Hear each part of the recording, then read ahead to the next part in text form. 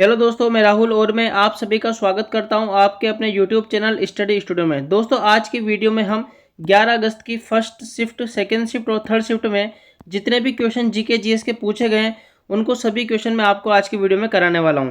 तो चलिए करते हैं वीडियो को स्टार्ट। और आज का हमारा फर्स्ट क्वेश्चन है AI ऑन ट्रायल। देखिए आप दोस्तों, क्वेश्चन देखिए, AI ऑन ट्रायल पुस्तक 2025 में किसके द्वारा लिखी गई है? तो दोस्तों ये लिखी गई है श्री सुजीत कुमार द्वारा लिखी गई है, आपको याद रखना है। नेक्स्ट क्वेश्चन देखिए, नेक्स्ट क्वेश्चन है हमारा आज का, 2025 में 7वां खेलो इंडिया यूथ गेम्स कहाँ आयोजित किया गया था? तो दोस्तों बिहार में आयोजित किया गया था, आपको याद रखना है। कब से कब तक? तो 4 मई से 15 मई तक खेला गया था ये गेम, आपको ये भी याद रखना है। चलिए आगे चलते हैं। नेक्स्ट क्वेश्चन देखिए, भारत के संविधान के किस भाग में केंद्र और राज्यों के बीच संबंधों का वर्णन है? तो भाग नंबर 11, ठीक है। भाग नंबर 11 में केंद्र और राज्यों के बीच में संबंधों का वर्णन है, आपको याद रखना है। चलिए आगे चलते हैं। नेक्स्ट क्वेश्चन देखिए, इनमें से कौन सा नृत्य एक जनजातीय नृत्य है? दोस्तों आपको जनजातीय नृत्य के बारे में जानकारी होनी चाहिए कि कौन कौन से नृत्य जनजातीय होते हैं, ठीक है। तो देखिए आंसर देखिए आप, गौरी, गेर और हाथीमना और लूर, ये जो सभी नृत्य ना, ये सभी जनजातीय नृत्य होते हैं। और इन जनजातीय नृत्यों को कौन सी जनजाति द्वारा किया जाता है, ये भी आपको याद रखना है। तो देखिए भील और गरासिया जनजातियों द्वारा इन नृत्यों को किया जाता है, ये भी आपको याद रखना है, ठीक है। ये सभी तो जनजातीय नृत्य है और ये भील और जो गरासिया जनजातियां हैं इनके द्वारा ये किया जाता है, ठीक है। आगे चलते हैं। आगे नेक्स्ट क्वेश्चन देखिए, अलाउद्दीन खिलजी के सैन्य विभाग का क्या नाम था? तो दोस्तों अलाउद्दीन खिलजी के सैन्य विभाग का नाम था दीवान ए अर्ज, ठीक है। चलिए नेक्स्ट चलते हैं। नेक्स्ट क्वेश्चन देखिए, बैंक ऑफ मद्रास की स्थापना कब हुई थी? तो दोस्तों बैंक ऑफ मद्रास की स्थापना कब हुई थी? तो 1843 को बैंक ऑफ मद्रास की स्थापना हुई थी, आपको याद रखना है। और दोस्तों आपको बैंक ऑफ बॉम्बे की स्थापना भी आपको याद रखनी है। तो दोस्तों बैंक ऑफ बॉम्बे की स्थापना कब हुई थी? 15 अप्रैल 1840 में, ठीक है। अगर आपसे बैंक ऑफ बॉम्बे पूछे तो 1840, और अगर आपसे मद्रास पूछे, ये क्वेश्चन तो ये पूछा गया था कि बैंक ऑफ मद्रास की स्थापना कब हुई थी, तो 1843 में। दोनों नाम आपको याद रखने हैं, ठीक है। चलिए आगे चलते हैं। नेक्स्ट देखिए, लाई हरोबा त्योहार की नृत्यांगना को क्या कहते हैं? तो दोस्तों लाई हरोबा त्योहार की नृत्यांगना कहा जाता है माईबी, ठीक है, माईबी, याद रखना है। आगे चलते हैं। नेक्स्ट क्वेश्चन देखिए, भारतीयों को भारतीयों को बजट पर सवाल पूछने का अधिकार किस विधानसभा चुनाव में दिया गया था? तो दोस्तों भारतीय परिषद अधिनियम 1892, ठीक है, 1892। देखिए भारतीय परिषद अधिनियम 1892 में आया था। इसमें जो भारतीय लोग होते हैं उनको बजट पेश किया जाता है उस पर सवाल पूछने का अधिकार होता है, ठीक है, आपको याद रखना है। आगे चलते हैं। नेक्स्ट क्वेश्चन देखिए, 6G इंडिया समिट का लक्ष्य क्या था? समिट है दोस्तों ये ना, समिट। तो 6G इंडिया समिट का लक्ष्य क्या था? तो लक्ष्य आपको याद रखना है, इसकी कनेक्टिविटी को बढ़ाना और व्यापक कवरेज के साथ दूर संचार उद्योग में क्रांति लाने की तैयारी है, ठीक है। यानी कि अपनी कनेक्टिविटी को बढ़ाना है, आंसर इसका कनेक्टिविटी हो जाएगा, ठीक है। अपनी कनेक्टिविटी को बढ़ाना 6G इंडिया समिट का लक्ष्य है, आपको याद रखना है। चलिए आगे चलते हैं। नेक्स्ट क्वेश्चन देखिए, भारत में सबसे अधिक कोयला भंडार किस राज्य में है? तो दोस्तों भारत में सबसे अधिक कोयला भंडार है झारखंड में, ठीक है। झारखंड आता है पहले स्थान पे, दूसरे नंबर पे आता है ओडिशा और तीसरे नंबर पे आता है छत्तीसगढ़, ठीक है।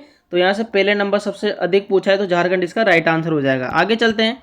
नेक्स्ट क्वेश्चन देखिए, 1857 की क्रांति, ठीक है, 1857 की क्रांति के नकारात्मक प्रभाव क्या रहे हैं? तो दोस्तों नकारात्मक प्रभाव आपको याद रखना है, कोई सा भी क्वेश्चन आपसे घुमा फिरा के पूछा जा सकता है। तो मैं आपको बता दूं 1857 की क्रांति क्या क्या नकारात्मक प्रभाव रहे हैं। तो सबसे पहले तो ये है कि इसमें ब्रिटिश शासन का और मजबूत हो गया, ठीक है, ब्रिटिश शासन का और मजबूत होना, भारतीय शासकों और जनता के बीच अविश्वास बढ़ना और सामाजिक आर्थिक विषमताओं बढ़ना शामिल है, ठीक है। यानी कि एक तो ब्रिटिश शासन और तेज हो गया, यानी कि उसका दबदबा और ज़्यादा हो गया, ठीक है। और जो भारतीय शासक थे और जनता थी उनके बीच में अविश्वास हो गया, ठीक है, एक दूसरे पर विश्वास करना खत्म कर दिया, सामाजिक और आर्थिक विषमताएं बढ़ गई, ठीक है। तो ये सभी कारण थे किसके? 1857 क्रांति के नकारात्मक प्रभाव होते, ये सभी आपको याद रखने हैं। चलिए आगे चलते हैं। नेक्स्ट देखिए, और ये क्वेश्चन मैंने आपको कराया था इसलिए मैंने इसका आंसर नहीं लिखा है, आपको इसका आंसर कमेंट में देना है, ठीक है। ये क्वेश्चन मैंने आपको ये कराया हुआ है, ठीक है। WHO, WIPO और WTO की 2025 की त्रिपक्षीय शिखर बैठक कहाँ आयोजित की गई थी? इसका आंसर आपको कमेंट में देना है मेरे को, ठीक है। चलिए आगे चलते हैं। क्वेश्चन देखिए, नीति आयोग के स्वास्थ्य सूचकांक में प्रथम स्थान पर कौन सा राज्य है? तो केरल, ठीक है, केरल, याद रखना है आपको, ठीक है। सभी तीनों शिफ्ट के क्वेश्चन में आपको मिक्स्ड प्रोवाइड कर रहा हूँ, ठीक है। फर्स्ट शिफ्ट, सेकंड शिफ्ट और थर्ड शिफ्ट, तीनों शिफ्ट के क्वेश्चन है, लेकिन सभी मिक्स्ड क्वेश्चन है आपको, ठीक है। चलिए आगे चलते हैं। नेक्स्ट क्वेश्चन देखिए, हमारा नेक्स्ट क्वेश्चन क्या है। एरण अभिलेख में, ठीक है, क्वेश्चन अच्छा है ये भी, कि एरण अभिलेख में समुद्रगुप्त का वर्णन है, उसके पिता ने किस कारण उसे राजा चुना था, ठीक है। यानी कि समुद्रगुप्त को इनके पिता ने राजा क्यों चुना था, तो देखिए एरण अभिलेख के अनुसार समुद्रगुप्त को उसके पिता चंद्रगुप्त प्रथम ने भक्ति और धार्मिक, ठीक है, ध्यान रखना, भक्ति और धार्मिक आचरण और वीरता, ठीक है, भक्ति, धार्मिक आचरण और वीरता के कारण अधिकारी चुना था, आपको याद रखना है, ठीक है। वो भक्ति भी करता था, धार्मिक इंसान भी था, आचरण भी अच्छा था और वीरता, ये सभी इन चारों पॉइंट के आधार पर चंद्रगुप्त प्रथम ने, ठीक है, चंद्रगुप्त प्रथम ने समुद्रगुप्त को अपनी गद्दी पर बिठाया था, आपको याद रखना है, ठीक है। आगे चलते हैं। नेक्स्ट क्वेश्चन देखिए। नेक्स्ट क्वेश्चन आज क्या है हमारा, पाचन से संबंधित मस्तिष्क रोग कौन सा है। तो दोस्तों पाचन से संबंधित मस्तिष्क रोग का आंसर हो जाएगा डीजीबीआई, ठीक है। ऑप्शन भी ये था डीजीबीआई, ठीक है। चलिए आगे चलते हैं। नेक्स्ट क्वेश्चन देखिए, ऑपरेशन सिंदूर के तहत मॉक ड्रिल कितने जिलों में की गई थी। तो दोस्तों 244 जिलों में की गई थी, इसका राइट आंसर हो जाएगा 244, ठीक है। अगर आपसे राज्य पूछे तो 6 राज्यों में की गई थी और एक केंद्र शासित प्रदेश में की गई थी, ठीक है। आगे चलते हैं। नेक्स्ट क्वेश्चन देखिए, भारतीय प्रस्तावना में अखंडता, देखिए क्वेश्चन, भारतीय प्रस्तावना में अखंडता और धर्मनिरपेक्ष शब्द किस संविधान संशोधन द्वारा जोड़े गए हैं। तो आपको याद रखना 1976 में, ठीक है, 1976 में एक संविधान संशोधन हुआ था, उसका नाम है 42वां संविधान संशोधन, ठीक है। इसके द्वारा भारतीय संविधान की प्रस्तावना में अखंडता और धर्मनिरपेक्ष 2 शब्द जोड़े गए थे, आपको याद रखना है, ठीक है। चलिए आगे चलते हैं। नेक्स्ट क्वेश्चन देखिए, कंप्यूटर में डेस्कटॉप को कॉन्फ़िगर करने के लिए कौन सा टूल उपयोग किया जाता है, ठीक है। तो कंप्यूटर में डेस्कटॉप को कॉन्फ़िगर करने के लिए कौन से टूल का इस्तेमाल किया जाता है, तो ध्यान रखिएगा कौन से टूल, कंट्रोल पैनल, ठीक है, कंट्रोल पैनल और सेटिंग्स, ठीक है, इन दोनों ऐप का उपयोग किया जाता है, ठीक है। कंट्रोल पैनल इसका राइट आंसर हो जाएगा, ऑप्शन में भी कंट्रोल पैनल ही था, ठीक है। आगे चलते हैं। आगे देखिए, लेन यानी कि LAN का मुख्य कार्य क्या होता है। तो देखिए LAN का मुख्य कार्य एक सीमित भौगोलिक क्षेत्र जैसे कि घर, कार्यालय, स्कूल में उपकरणों को एक साथ जोड़ना ताकि वे डेटा, प्रिंटर, इंटरनेट और अन्य संसाधनों को साझा कर सके, ठीक है। काफ़ी इंपॉर्टेंट क्वेश्चन है, पूछा जाने की संभावना आगे भी है इसकी।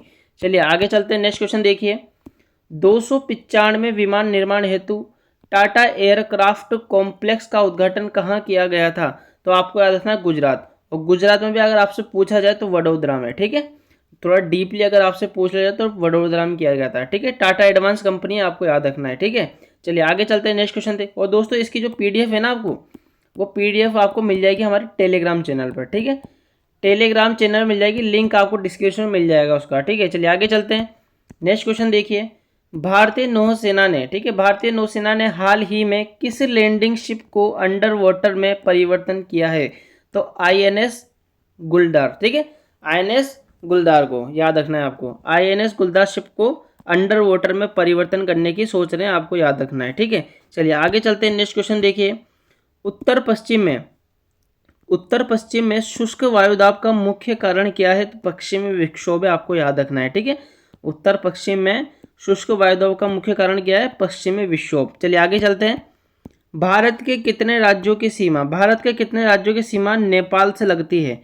तो दोस्तों आपको याद रखना है कि नेपाल की सीमा से 5 राज्य लगते हैं, ठीक है।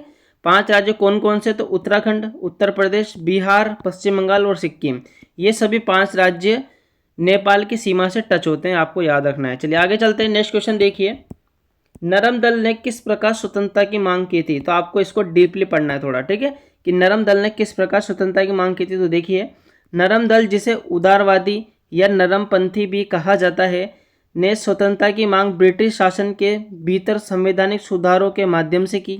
यानी कि एक तो पॉइंट ये हो जाएगा कि संवैधानिक सुधारों के माध्यम से की, और उन्होंने सीधे तौर पर स्वतंत्रता की मांग करने के लिए, मतलब सीधे तौर पर स्वतंत्रता की मांग नहीं की थी, उन्होंने ब्रिटिश सरकार के साथ बातचीत की थी और याचिका के माध्यम से राजनीतिक, आगे देखिए हम, राजनीतिक और आर्थिक, ठीक है, राजनीतिक और आर्थिक अधिकारों की प्राप्ति पर ध्यान केंद्रित किया था। यानी कि उन्होंने सुधारों, मतलब डायरेक्ट जाके उन्होंने स्वतंत्रता की मांग नहीं की थी, उन्होंने स्वतंत्रता की मांग कैसे की थी, तो ब्रिटिश सरकार के से बातचीत की थी उन्होंने, ठीक है, और राजनीतिक और आर्थिक अधिकारों की प्राप्ति पर, मतलब ये दोनों अधिकार प्राप्त करके उन्होंने स्वतंत्रता प्राप्त की थी, आपको याद रखना है, ठीक है।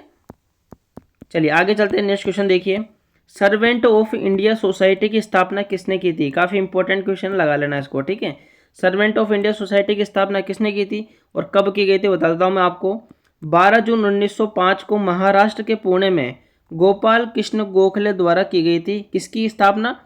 सर्वेंट ऑफ इंडिया सोसाइटी की, ठीक है।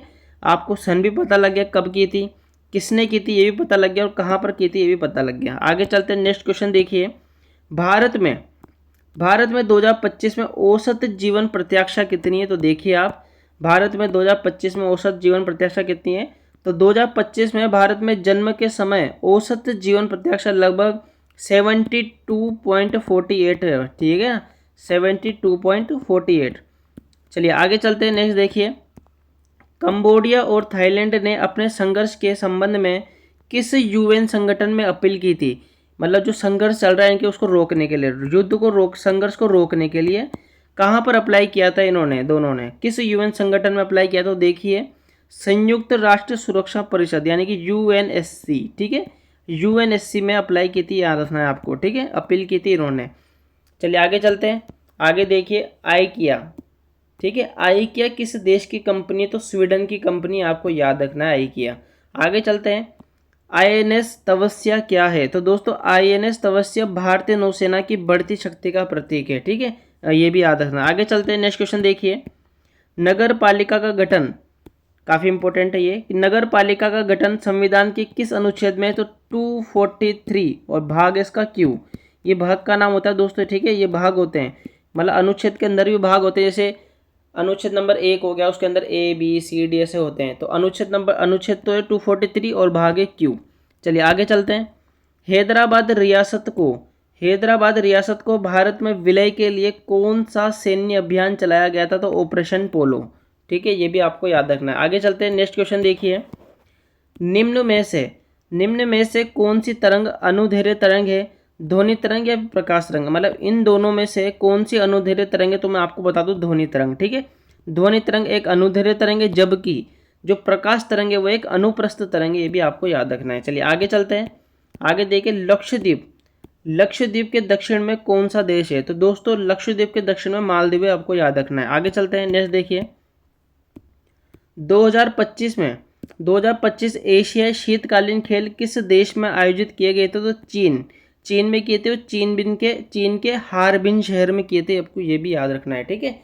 यानी कि क्वेश्चन क्या बोला मैंने, आपस देखिए, 2025 में एशियाई शीतकालीन खेल किस देश में आयोजित किए थे? तो चीन में किए थे, और चीन में भी अगर आपसे सिटी पूछ ले, शहर का नाम पूछ ले, तो हार्बिन, ठीक है। चलिए आगे चलते हैं, और नेक्स्ट क्वेश्चन देखिए, 2024 का बिम्स्टेक व्यापार शिखर सम्मेलन भारत के किस शहर में आयोजित किया गया था? तो न्यू दिल्ली में किया था, ये भी आपको याद रखना है, ठीक है। थोड़ा हम फास्ट करेंगे क्योंकि क्वेश्चन बहुत सारे हैं, तीनों शिफ्ट को मिला के काफ़ी ज़्यादा क्वेश्चन है हमारे पास। चलिए आगे चलते हैं, प्रायद्वीपीय पठार की कौन सी नदी पूर्व दिशा में बहती है? तो दोस्तों पूर्व दिशा में बहने वाली आपको नदियों के नाम याद रखने कि प्रायद्वीपीय पठार से निकलने वाली कई नदियाँ पूर्व दिशा में बहती है, जैसे कि महानदी होगी, गोदावरी होगी, कृष्णा होगी, कावेरी होगी, स्वर्णरेखा होगी, वेगई होगी, ठीक है, ब्राह्मणी हो गई, और पेन्नार।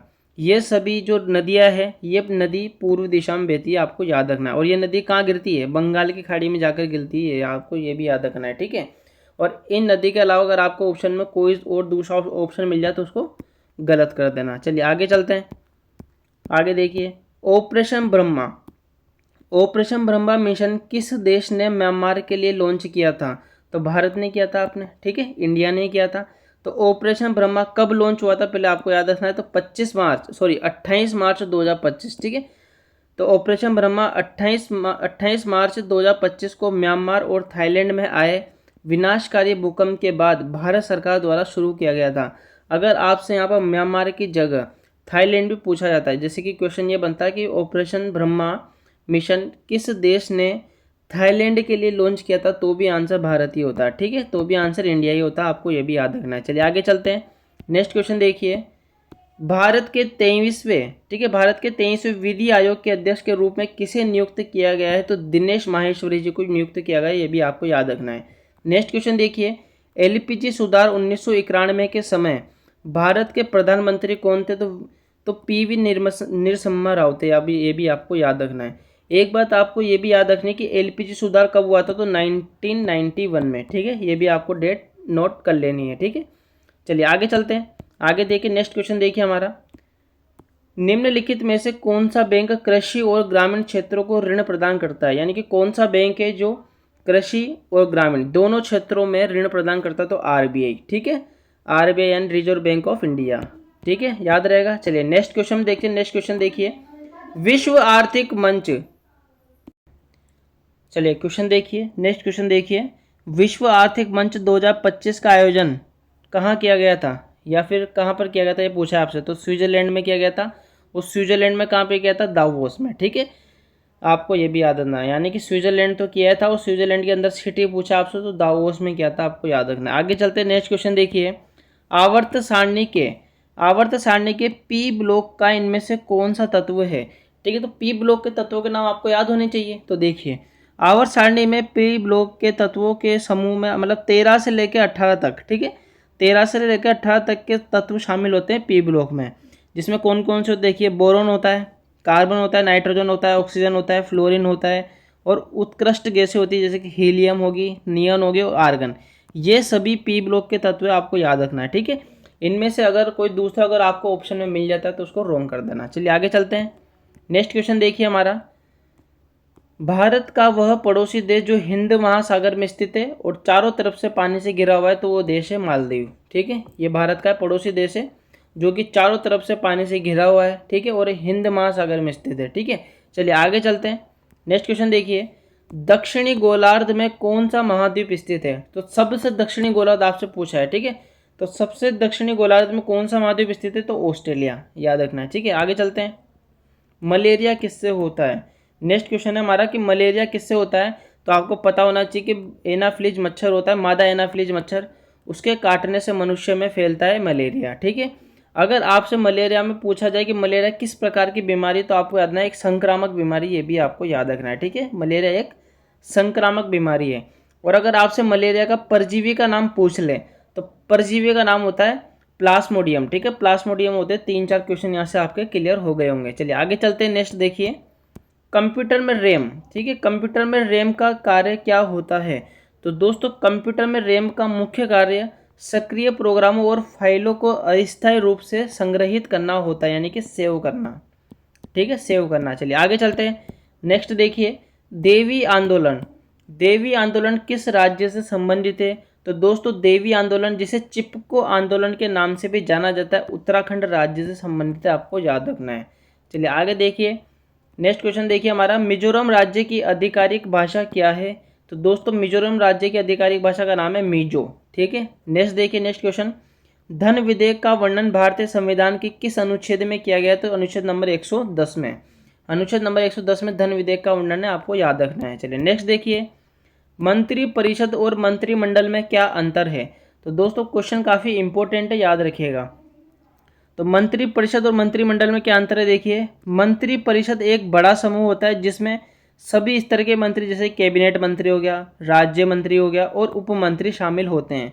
यानी कि जो मंत्री परिषद होता है ना, ये एक बड़ा समूह होता है। ठीक है, जबकि देखिए आगे, जबकि मंत्रिमंडल एक छोटा और अधिक शक्तिशाली समूह, यानी कि एक छोटा समूह है और ये एक बड़ा समूह है। ठीक है, जिसमें केवल कैबिनेट मंत्री ही होते हैं।